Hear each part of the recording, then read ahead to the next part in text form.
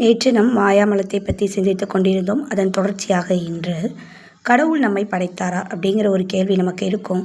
அவர் நம் உயிரை படைக்கவில்லை, அது அனாதி, அது எப்போவுமே இருந்துச்சு.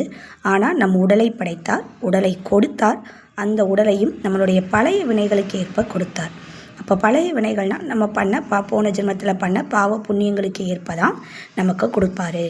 இப்போது தமிழ் எழுத்துக்களை பற்றி சிந்திக்கலாம். தமிழ் எழுத்துக்களில் உயிரெழுத்துக்கள் தனி, மெய்யெழுத்துக்கள் தனி நமக்கு தெரியும். ஆனால் மெய்யெழுத்துக்களுக்கு என்ன கிடையாது? உயிர் கிடையாது. வெறும் இக்கு இங்குக்கு எந்த பொருளும் கிடையாது. வெறும் மெய்யெழுத்துக்கள் சேர்ந்து ஒரு வேர்டு என்ன செய்யாது, அமைக்க முடியாது. அதனால தான் அதை உயிரற்றவை அப்படின்னு சொல்கிறோம். அப்போ உயிரெழுத்துக்களும் மெய்யெழுத்துக்களும் சேர்ந்து வந்தால் தான் உயிர்மெய் எழுத்துக்கள்.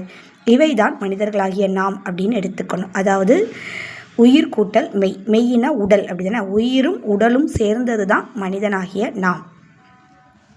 வெறும் உயிரை மட்டும் மனிதன் சொல்ல முடியாது, வெறும் உடலை மட்டும் நம்ம என்னன்னு சொல்ல முடியாது, மனிதன் சொல்ல முடியாது.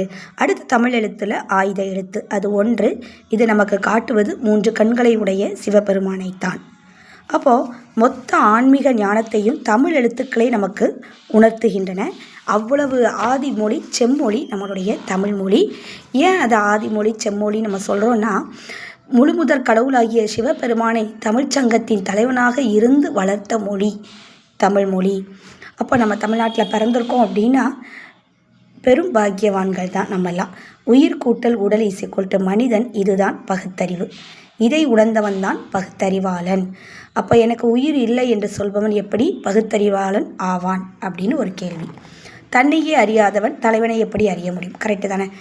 நீன்னு ஒன்று இருக்க, உயிர் கூட்டல் உடல் சேர்ந்தது தான் 4 இருக்கிறதே தெரியாதவங்க தனக்கு மேலே ஒருத்தர் இருக்கதை எப்படி அறிய முடியும் அப்படிங்கிறது கேள்வி.